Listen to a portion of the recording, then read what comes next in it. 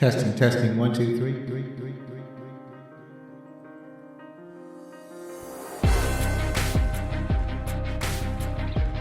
Hello, everyone. Thank you for downloading Backlook Cinema, the podcast. This is your host, Zoe, that'd be Z-O, or Z-O if you're living outside the U.S. So, I just want to take some time to thank each and every one of you for listening to this show. I hope you're having a good time while you're on your commute or you're cleaning out your garage or whatever you may be doing. I hope that I can bring some measure of pleasure and information to your lives. So this is the 54th episode, and I just want to let you know that the reason we started this show was to strengthen the bond between my son Zach and me. We watch movies that I loved when I was growing up, and we get my son's thoughts on these movies from the 70s, 80s, and early 90s. And while he's not actually part of this particular podcast, we still get his thoughts on the show. And we did watch a movie yesterday, and we will get into that quick, fast, in a hurry. But before we do that, I just want to ask you that if you like this show, to rate and review on Apple Podcasts, Spotify, or Podchaser, or your favorite podcast app. And finally, follow us on Instagram, Twitter, and Facebook. You can find the details in the show notes, and I'll mention them later on in the show. So, let me talk about the latest activities, the things that I've been up to, what I've been watching or reading or what have you. So, I'm still knee deep in the book of Boba Fett, and this tells it's still telling a great story. It seems that the series is telling like two stories. The first is his takeover of the criminal enterprise that was once run by Jabba the Hutt, and it seems that there will be a confrontation between Fett and Jabba's family. And the second story is how he survived on Tatooine following his escape from the Sarlacc. So it's kind of continuing what had happened or the events of the first episode. There are some allegories regarding a Westerner being rescued by the indigenous peoples and earning the respect of the people and being accepted into the culture of that people. And there are very strong Native American visuals to use to emphasize that point. Now, I don't know how others will feel about this, but I thought that was handled with care and respect. And then I finished the mid-season finale of Star Trek Discovery. And the last two episodes are really starting to come around to the kind of writing I kind of fell in love with when I first started watching Star Trek some 30 years ago. Specifically, they're really starting to nail the cold opening scene that had been lacking in this series. And I'm looking forward to see what comes next when the series continues in February. Now, speaking of upcoming events, earlier yesterday, I was guest host on Audio Oddity, that podcast that features a father and son team of Rocky and M. His daughter M wasn't available, so I did my level best to fill the gap. Me and Rocky talked about all the shows and movies and video games that we look forward to in the coming year. It was a great conversation of the things that we were most excited about and hope to see in 2022. You'll want to hear what we think is going to inspire the imagination. Head over to Audio Oddity Podcast, wherever you listen to pods. Now, without further ado, let's get into today's movie. Now, me and Zach, we had to watch it separately because he came down with a certain respiratory infection, so he had to self-isolate in his room. But he's fine. So we were separate and at the same time watching the movie together. So the movie that we watched yesterday was The Silence of the Lambs. So this is an iconic movie back in the 90s, and it continues to fuel memes to this day. The Silence of the Lambs is about the FBI trainee Clarice Starling is sent by her superior, agent in charge Jack Crawford, to interview imprisoned serial killer Dr. Hannibal Lecter in order to gain insight on a series of murders that has stumped the FBI. This new serial killer is smart, cunning, and depraved. The authorities have nicknamed him Buffalo Bill because he partially skins his victims before dumping them in the woods. This movie was released February 14th, 1991 by Strongheart/Deem Production and Orion Pictures. It grossed over $130 million in the US and Canada on a $19 million budget. To rave reviews. This movie stars Jodie Foster as Clarice Starling. We remember Jodie Foster. She's been in a lot of our favorite movies, including Contact, The Brave One, and Nell. Also, Anthony Hopkins as Dr. Hannibal Lecter. This is a star turn for Anthony Hopkins. This was the movie that really put Anthony Hopkins on the map in American cinema. We've seen him in The Mask of Zorro, Nixon, and Thor Ragnarok. We also have Scott Glenn as Jack Crawford. We've talked about Scott Glenn in Backdraft and in The Hunt for the Red October. We also see him in Sucker Punch. Also is Anthony Heald. He played Dr. Frederick Chilton, and he's been in Deep Rising, X-Men: The Last Stand, and Accepted. Continuing, we have Brooke Smith as Catherine Martin. She was in Bad Company, and she spent a lot of time in television and shows such as Grey's Anatomy and Bosch. And finally, we have Ted Levine. He plays James Gum. And we see him in Shutter Island, Wild Wild West, and Heat, which are great movies. Well, okay.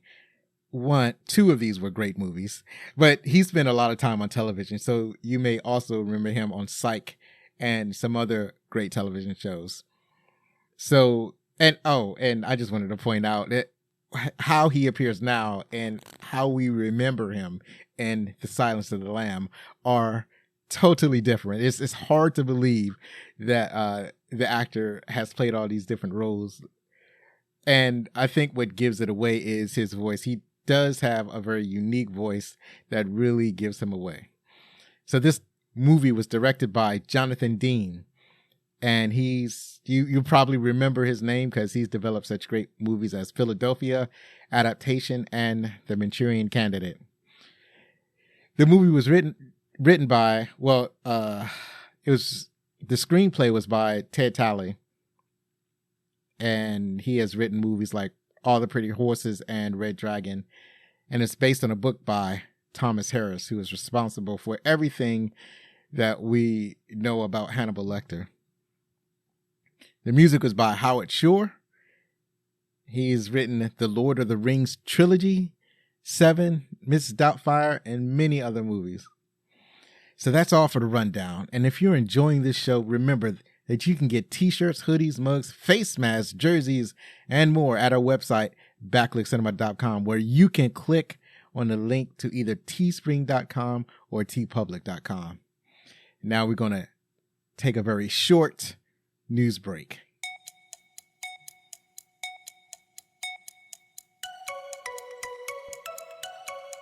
So now we're going to just get into some stuff I heard on the interwebs in the past week. A lot of this stuff I think I've just found out like yesterday. So comicbook.com reported on the Movie Dweeb article that, okay, this is the name. This is the name. These are the names that I've been telling you about that at first we will have problems pronouncing, but as this actor gets his more fame and notoriety, then we will all be able to pronounce this name. But for right now, it's going to be a little difficult. So I'm going to do my level best. The actor that I'm going to try to say his name right now. Chukwudi Iwuji. I did my best. I apologize if it's all wrong. So anyway, Chukwudi Iwuji will be joining the cast of the Guardians of the Galaxy Volume 3 in a yet undisclosed role. There has been speculation that he'll be playing the High Evolutionary or the Silver Surfer or Beta Ray Bill, but these are all unverified rumors.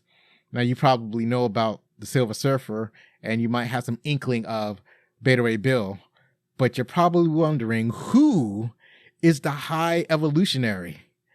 I remember reading about this character when I was growing up. So the High Evolutionary is a near godlike being. He was born human, but through science and experimentation, he has elevated himself to a near godlike status. And as his name implies, his big thing is acceleration, the evolution of life, mostly human life or mammal life, or he gets into some real Island of Dr. Monroe scenarios. So I don't know why the rumor around him playing the High Evolutionary, or why the High Evolutionary is considered to be a character in this story. These should be taken as a huge handful of salt. The only thing that is real is that this actor will be in this movie. And I don't know much about Iwuji, other than that the director, James Gunn, has recently worked with him on his Peacemaker series and regards him as one of the best actors he has ever worked with. So I expect great things from this young man. Up next, the LA Times reports that Ben Affleck said that working on the Justice League was a bad experience due to his divorce, being away too much, the death of Zack Snyder's daughter, the reshoots. He said, quote, "It was just the worst experience. It was awful. It was everything that I didn't like about this. That became the moment when I said, I'm not doing this anymore." End quote. So he had a really tough times doing various reasons why, he personally, for his own experience, he really had a hard time with that production. It was one of the reasons why he dropped out of starring and directing in the Batman movie. So moving on the Eli Manning show, as reported by comicbook.com, Bill Murray revealed that he would be playing a villain in Ant-Man and the Wasp: Quantumania, though he is not more specific than that.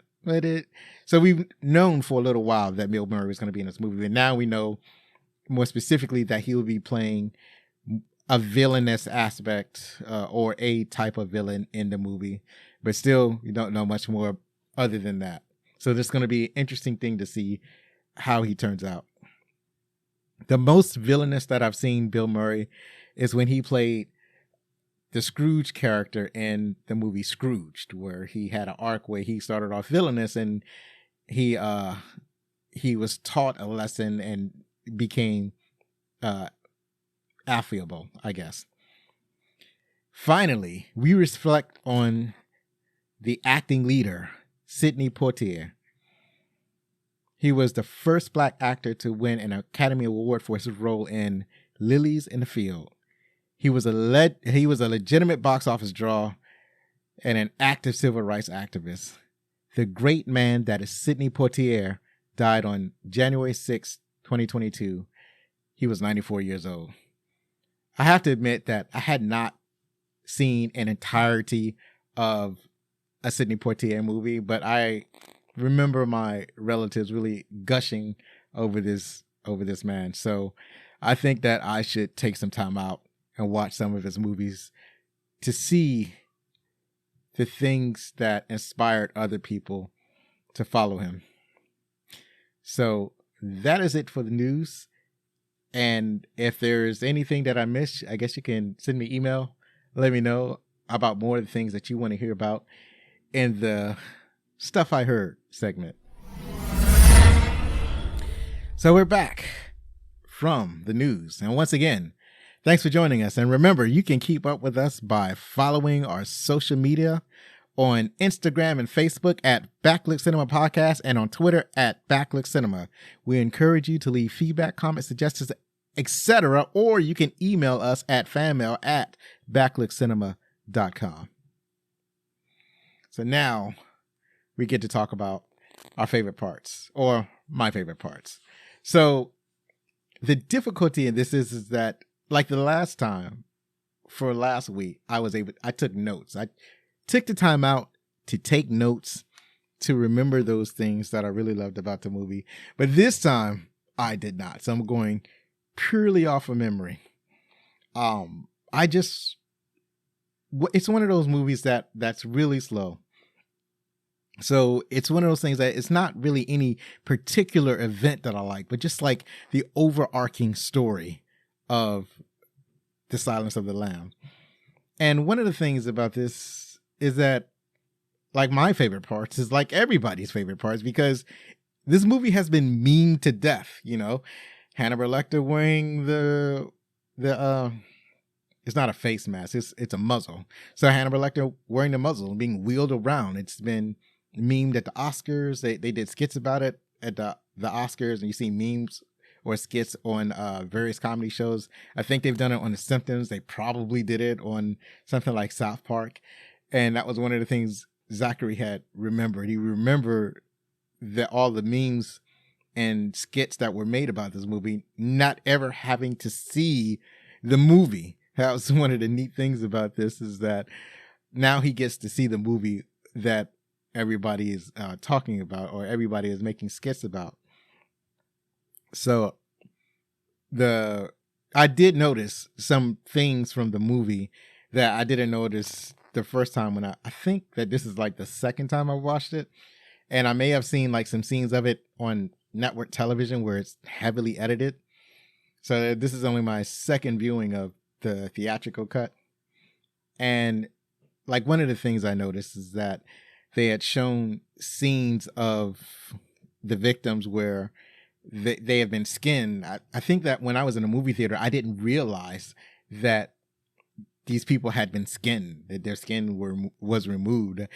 And now that I'm watching it on HB television, high definition television, I can see everything. And I was like, oh, I missed that when I watched that in the movies. There was a scene near the beginning of the movie where Clarice, the FBI trainee, went to visit Hannibal Lecter for the first time, Dr. Lecter, in his glass prison cell. Everybody else had bars, but Hannibal was a special case. He got to have a glass prison. And they do their back and forth with Clarice basically trying to get Hannibal to open up and get him to help the FBI to try to solve this case of another serial killer. And Hannibal Lecter's cell is at the end of a row of cells, and she has to walk by various inmates who are all criminally insane to get to him at the end of the hallway. And they do their back and forth, and then she starts walking back, and then one of the inmates, who is particularly intrigued by her presence, he is pleasuring himself with his back to her as she passes his cell, and then he throws the resulting semen at her face. I remember when I saw this in theaters, I couldn't quite see what had happened, but on HD television you can kind of see everything, and it makes it extra gross. It's like double the grossness. It's like high definition grossness, and she is rightfully disturbed by all of this. So and it's weird because after this happened, Hannibal calls her back to his cell. You're like, come, Clarice, come here. I got something to tell you. And she goes back to him, and he actually shares some information that's helpful to the case. And then she basically runs out of that area. So all of the conversations between the trainee Clarice and Dr. Lecter, those are my favorite scenes. The scenes where they're facing each other and they're equally chewing up the scenery. I like how Jodie Foster is able to go from being strong or confident to being extremely vulnerable and afraid, and what seems like a heartbeat. You can see her going through the motions and her emotions as Dr. Lecter is speaking to her. And Hannibal Lecter is seemingly emotionless. He doesn't really change. He is like the same. He's almost a robot. And that would speak to his being not just sociopathic, but like really antisocial, like really not knowing how to deal with other human beings or not dealing with other people in a normal fashion. And those performances, those are the things that really draw you into the movie. The other thing I like about this movie is Anthony Hopkins' performance. As Hannibal Lecter, he is so unbothered by everyone around him. You can't yell at him. You can't scream at him. You can't get a rise out of him. You can't, because not only does he not really care about what others around him think, but at the same time, it's like he's got everything kind of figured out. It was like, it's been described that he already knows everything. He's knows this story and he knows how the story is going to end. So he's not bothered by what other people do around him. When the authorities are trying to get his goat like they might a common criminal, he's unbothered, and it's almost like he's tired of it, right? So he's able to maneuver and negotiate around these areas of obstacles with relative ease. So he's basically a criminal version and a criminally insane version of Cool Hand Luke. I'm guessing. I never actually seen Cool Hand Luke, but I am assuming that because they call him Cool Hand Luke, that he has a level head. In the same way, trainee agent Sterling is also navigating in a male-dominated world in a somewhat unbothered way. You got people looking at her, you got people constantly hitting on her, and she's still able to go through that without being like bugged out or getting overly emotional about these weird, clumsy advances that are made by other men, or men trying to in some way put her in her place, because she's a woman in a male dominated field. She's smarter than many of her colleagues. She is more capable than people want to give her credit for. So I think the movie shows this in a very subtle way. So like, as you pay attention to it, you really start to notice this. The only time she was really bothered was when the dude threw cum on her face, but who wouldn't be bothered by something like that? I actually think that the only men in the movie that respect her are Jack Crawford, her boss, and Hannibal Lecter. Jack Crawford respects her because he chooses her because he recognized her potential as a good agent to go and try to get information from Dr. Hannibal Lecter, even though he doesn't really think that he's going to open up to her, because he doesn't open up to anybody. But he is calculating that because Lecter has not seen a woman in a long time, maybe that visual will have a way of disarming him. And speaking of Hannibal Lecter, he is constantly dropping clues and little knickknacks, not because he's trying to fool Sterling, but he actually believes that she's going to figure out the puzzles that he's leaving for her.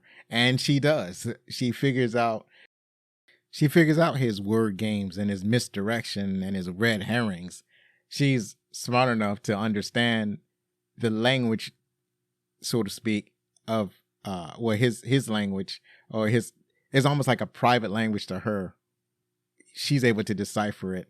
She's able to pick up what he's laying down, and he basically gives her the clues that she needs to solve the story of who is Buffalo Bill, where is he at, when can he get an arrest. So the most violent and the most impactful scene of the movie is that point where Hannibal Lecter's like moved from Baltimore to a different facility. I can't remember because, you know, some stuff happens. Starling is trying to offer a deal because a very important person has been kidnapped, or the daughter of an important senator has been kidnapped by Buffalo Bill. So she pretends to offer him a deal. Turns out the deal she offered was bogus, and it was set in motion by her boss. You know, the boss made up a deal because he thought it would be a risk worth taking. But you know, they get sidelined by the director of the prison. That would be Dr. Frederick Chilton. He's playing side games because he wants the glory of figuring out Hannibal Lecter when really he's just a jailer. He wants to be so much more than a warden, but he's not. So he basically messes up the plan, and because of all that, he ends up in another facility where he talks directly to the senator whose daughter is kidnapped by Buffalo Bill, and gives them bonus information because, you know, because he can, and because he knows that he's been had. Like, he understands that even if he gives up the information that they want, he's not going to get better treatment. So why not feed him a bunch of lies? And then later on, we see him in his cell, his new cell, basically planning his escape the entire time. So that's where the most violence in this film take place. And that's when he overcomes the guards. You know, he beats them with their own, he escapes his handcuffs. He beats them with their own billy clubs. He eventually cuts the face off one of the other guards. There are only two guards there. And when the police officers come to try to take him into custody, they go into the room where his cell is. What they see, instead of Hannibal Lecter inside of a cell, they see one of his jailers strung up almost like an angel-like figure. It's like he's even kind of lit like an angel, except he's all bloodied. He's been disemboweled. There's, for some reason, there's some like American flag style Finch draping that's sort of decorating the ceiling. So apparently Dr. Lecter had taken this draping and decorated the man he had just killed so that they kind of look like wings. So it looks like his wings, and because he's near the top of the cell, he's tied to the top of the cell. So it looks like an angel with American flag wings kind of floating above the floor. And I believe I said that he was disemboweled and bloody, and that was fascinating. We don't actually see all of this take place. We just see the results of this. The only thing we really see is Hannibal Lecter beating one man and starting to bite another, but because the scene is shot from behind, you don't actually see him like sink his teeth into the victim's skin. We just kind of see him start to bite the other guy. So then he and he escapes. The whole scene is thrilling. You know, what do you call it? He does a lot of misdirection to have the police looking one way when really he's using the police to get out of the facility. And that's one of the best scenes in the movie. It's the most violent scene in the movie, where you see the most blood in the movie, which brings me to try to understand why this is often referred to as a horror movie. People like to say that it's the best horror movie that's ever made in all of this type of stuff, but I don't really see it as a horror movie. And some people even describe it as a slasher. You don't see a lot of actual slashing. You see a lot of beating. You see some brutal beatings. You see evidence of slaughter. You see evidence of slashing, but you don't see the actual slashing.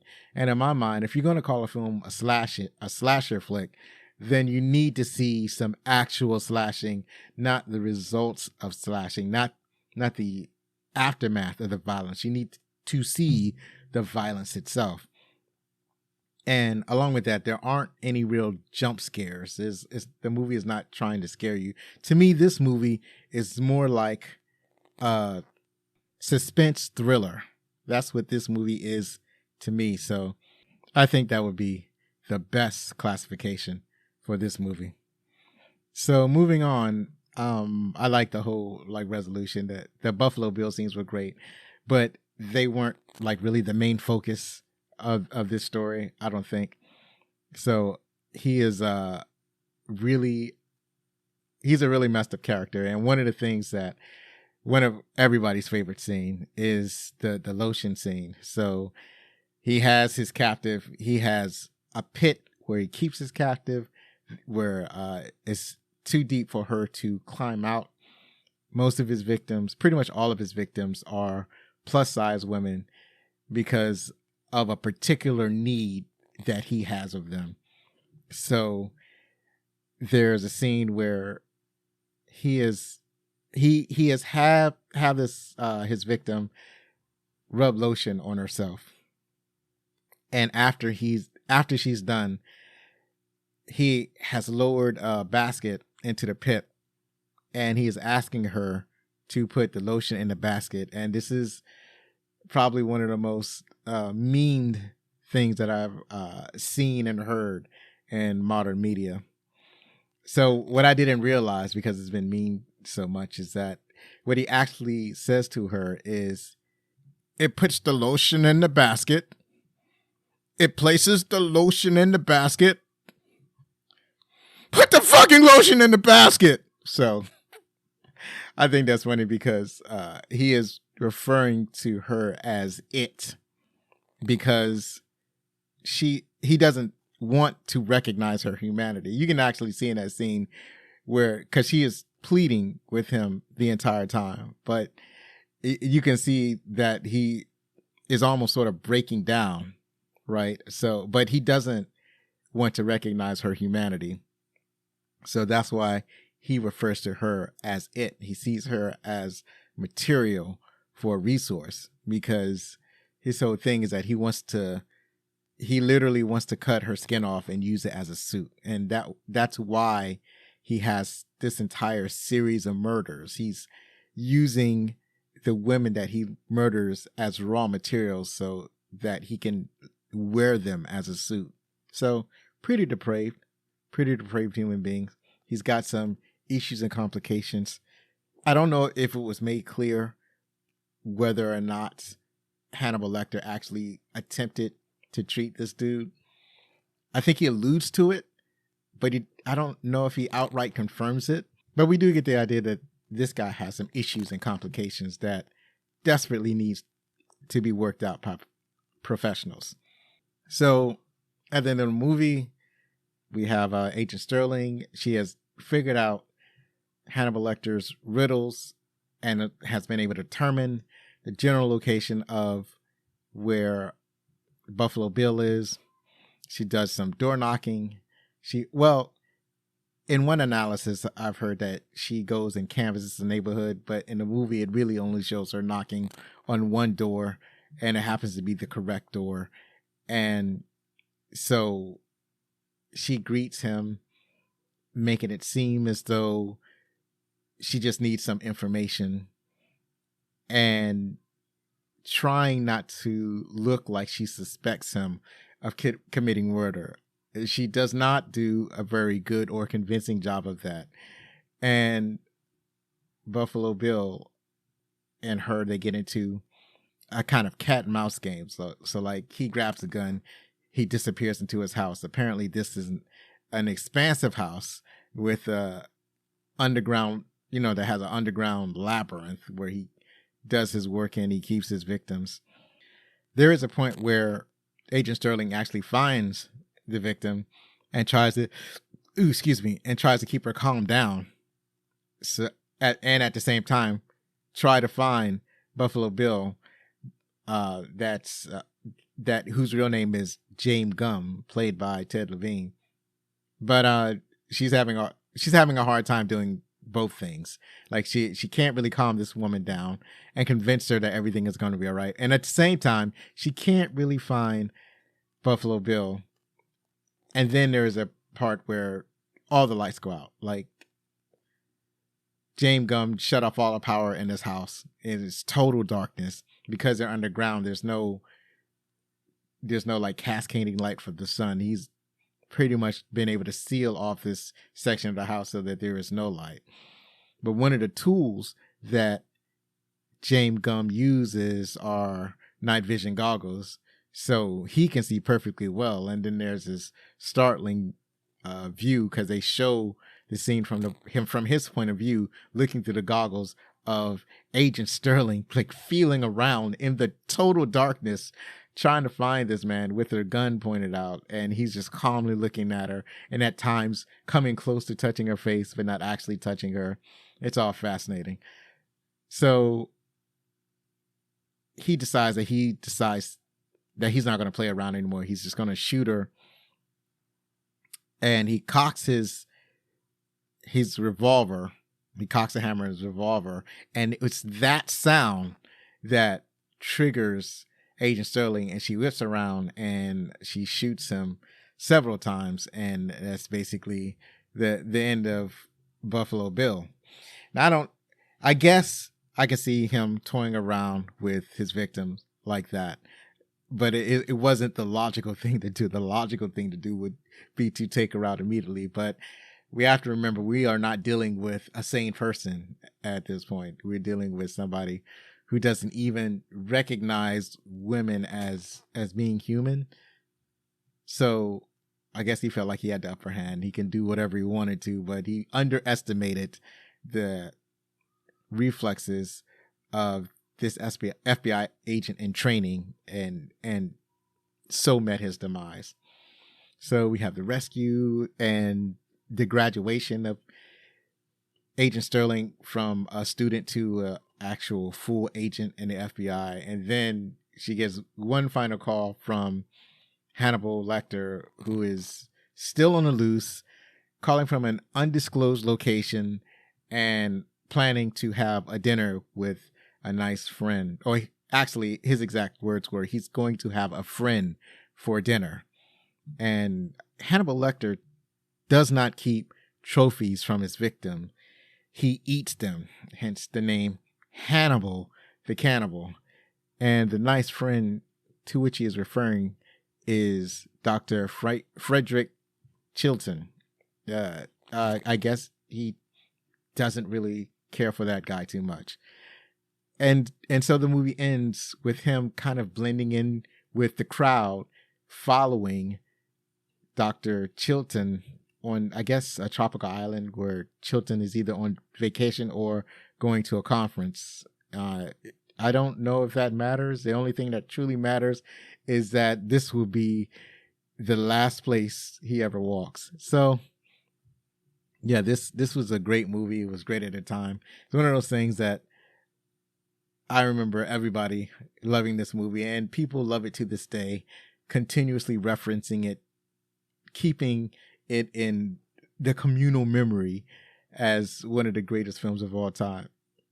So let us transfer to the trivia section. So the trivia is provided by IMDb. So let us start where most of it is from IMDb. I think I got one tidbit from Wikipedia. So let's start off with A1.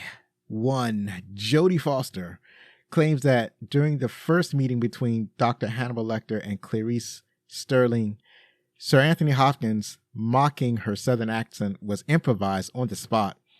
Foster's horrific reaction was genuine since she felt personally attacked. She later thanked Hopkins for generating such an honest reaction. In preparation for his role, Sir Anthony Hopkins studied files of serial killers. Also, he visited prisons and studied convicted murderers and was present during some of the court hearings concerning gruesome murders and serial killings. When characters are talking to Sterling, that's Jodie Foster, they often talk directly to the camera. When she is talking to them, she is always looking slightly off camera. Director Jonathan Demme has explained that this was done so that the audience would directly experience her point of view, but not theirs, hence encouraging the audience to be more readily identified with her. After Lecter was moved from Baltimore, the plan was to dress him in a yellow or orange jumpsuit. Sir Anthony Hopkins convinced the director, Jonathan Demme, that costume designer Colleen Atwood, that the character would seem more clinical and unsettling if he were dressed in pure white. Hopkins has since said that he got the idea from his fear of dentists. With 20 minutes and 52 seconds of screen time, Sir Anthony Hopkins' performance in this movie is the second shortest to ever win an Academy Award for Best Actor in a Leading Role, with David Niven in Separate Tables from 1958 beating him at 23 minutes and 39 seconds. One of the inspirations from whom Sir Anthony Hopkins borrowed for his interpretation of Dr. Hannibal Lecter was a friend of his in London who rarely blinked while speaking, which unnerved everyone around him. When speaking, I'm saying this all wrong. When Jonathan Demme filmed the scene where Lecter and Sterling first meet, Sir Anthony Hopkins said he should look directly at the camera as it panned into his line of sight. He felt Lecter should be portrayed as knowing everything. During location scouting for the house in which the serial killer James Gumb was living, Ted Levine, who played James Gumb, was amazed to discover that the house being considered was not only in the town where he grew up, but was literally next door to the house of his high school girlfriend. The Silence of the Lambs was inspired by real-life relationships between University of Washington criminology professor and profiler Bob Capel and serial killer Ted Bundy. Bundy helped Capel investigate the Green River serial killings in Washington. Bundy was executed January 4th, 1989. The Green River killings were finally solved in 2001 when Gary Ridgway was arrested. On November 5th, 2003, in Seattle courtroom, Ridgway pled guilty to 48 counts of aggravated first-degree murder. In the supplemental section on the special edition DVD of Silence of the Lamb, Glenn Scott revealed that he was given an audio tape by FBI agent John Douglas as a form of research for his character. The tapes was an audio recording of serial killers Lawrence Bittaker and Roy Norris had made of themselves raping and torturing a 16-year-old girl as they drove around Los Angeles. Upon questioning Douglas as to his motives for presenting these tapes, Douglas simply said to Glenn, "Now you are a part of my world." This experience played upon Glenn's mind all throughout filming, and he refused to return to the role in Hannibal because he didn't want to place himself in such a mindset again. To this day, he says the tapes still cause him anxiety and bad dreams. When Sir Anthony Hopkins found out he was cast as Dr. Hannibal Lecter, based on his performance as Dr. Frederick Travis in The Elephant Man, 1980, he questioned director Jonathan Demme and said, "But Travis is a good man," to which Demme replied, "So is Lecter. He's a good man too, just trapped in an insane mind." James Gumb's dance was not included in the original draft of the screenplay, although it appears in the novel. It was added at the insistence of Ted Levine, who thought the scene was essential to defining the character. Sir Anthony Hopkins viewed the film as a last-ditch effort to really break out in Hollywood. Although he had acted in movies and in television since the 1960s, he had not reached A-list status, nor had he attained the prestige for which he had been hoping with his screen acting career. He went on to say that if the film hadn't garnered the career boost he was seeking, he would have quit his acting career in Hollywood and focused all of his effort instead on the British stage. Ultimately, the film was a major critical and commercial success, instantly making him a household name. His performance in the film earned him his first Academy Award, nominated for Best Actor, which he won, immediately launching him to A-list status in Hollywood. As of 2021, Hopkins has received 5 more Academy Award nominations and won another one for The Father that came out in 2020.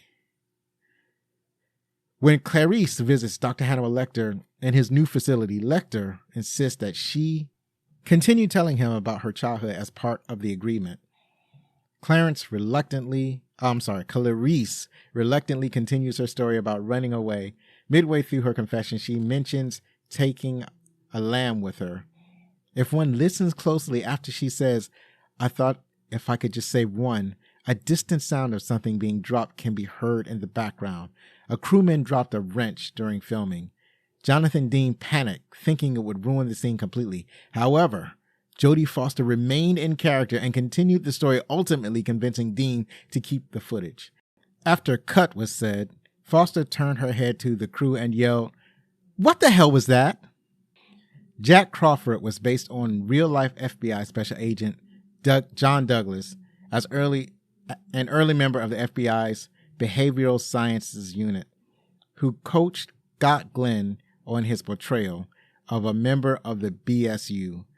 Douglas, still an active FBI special agent during production, was in the midst of tracking Gary Ridgway, the Green River Killer, who was believed to have killed more than 90 women in Washington between 1982 and 1998. Although this movie got rave reviews when it came out, Chicago Tribune film critic Gene Siskel, who was notoriously hostile to horror movies, slammed the movie and gave it only 2 stars. He said in his review, director Jonathan Dean superheats The Silence of the Lamb to a point of silliness in terms of both gross behavior and a pulsating soundtrack. The conclusion of the film is nothing more than a grisly version of every mad slasher picture you've ever missed. Jodie's in trouble. Shoot, Jodie, shoot. The movie, of course, went on to become a phenomenon, a huge box office hit, and the only horror movie to ever win the Academy Award for Best Picture. It is now considered one of the best horror movies ever made, and still has a huge cult following and fan base. Roger Ebert, Siskel's fellow film critic and sparring partner on At the Movies, loved the movie and would continue to ridicule Siskel for missing the boat on this movie for years after this. All right, so this provides an excellent transition to where we find out what the critics think. So, looking at the IMDb scores, the critics gave it a 96%. The audience gave it a 95%. Oh, I'm sorry, that's not IMDb, that's Rotten Tomatoes. So 96, 95% on Rotten Tomatoes, and IMDb, it got an 8.6 out of 10. Those are incredibly positive reviews. So let's see what some of the critics think. There were very few negative reviews posted by critics on Rotten Tomatoes, but I found a couple, and I usually post about 4. So let's find out what they thought. David Kerr from the Chicago Tribune wrote, "It's a gnarled, brutal, highly manipulative film that is, at its center, seems morally indefensible." You know, we are talking about movies about this movie is about serial killers, like 2 of them, right? So they're not going to be right in the head. They are going to kill people in the worst way possible. You realize that these monsters live in the real world, right? David Kerr. So on to Jonathan Rosenbaum of the Chicago Reader. He wrote, "An accomplished, effective, grisly, and exceptionally sick slasher film that I can't with any conscience recommend. And see, this is what I mean by they don't actually show anybody being slashed. They show a knife. They show the results of what it looks like after being slashed with a knife, but there's no actual slashing. The most violent they do in the film is they show Hannibal Lecter beating a police officer with his baton, but that's it, really. They don't really show any actual slashing. So, geez, Jonathan, what's up with you? All right, going on to Rob Valls. Flipside Movie Emporium. He wrote, terrifying and inescapable, a perfect mediation on the nature of fear and courage, featuring two of the greatest performances ever put on film. And Rob, I believe you are right. I agree with you wholeheartedly. Finally, we have Kevin N. LaForest. Oh, shoot, I almost messed up his name. Kevin N. LaForest of Montreal Film Journal. He wrote, director Jonathan Demme keeps the film intense and haunting, and Jodie Foster compelling to watch. Yeah, I believe that is correct. And as you've noticed, I've been pronouncing the director's name Jonathan Demme. It's spelled D-E-M-M-E. I am not certain if that is the correct pronunciation, but that is what I'm going to. I'm sorry if I got it wrong. So finally, The Silence of the Lamb is, as of this recording, available on Amazon Video for Prime subscribers. And next week, we'll be talking about a movie that I loved in particular. We're going to switch this all around. We're going to go 180. We're going to go to a completely different type of movie. And we are going to talk about Judge Dredd. Not the Dredd that came out like 5 or 6 years ago. We're talking about this movie that came out in the 1990s, Judge Dredd, starring Sylvester Stallone as Judge Dredd. Now, a lot of Judge Dredd purists did not like this movie, but because I did not know the character, I was not familiar with the character, it's based on a comic book, I enjoyed the film. I know that there are certain tropes that are demanded by the fans of this character, and this movie does not stick to those tropes, but on its own, I really enjoyed it. So one last time, if you like this show, please help us grow. You can do this, but you can rate us. You can write a review on Spotify, podchaser.com, or Apple Podcasts, or your favorite podcast app. If they happen to have a way you can write a review, or you can pay some stars, you can do a like, a thumbs up, help a brother out. And you can also share this show with someone. Don't forget that you can contact us at fanmail@backlookcinema.com. Believe me, it matters. Be safe. Share a movie with your family. Hug your loved ones and be outstanding.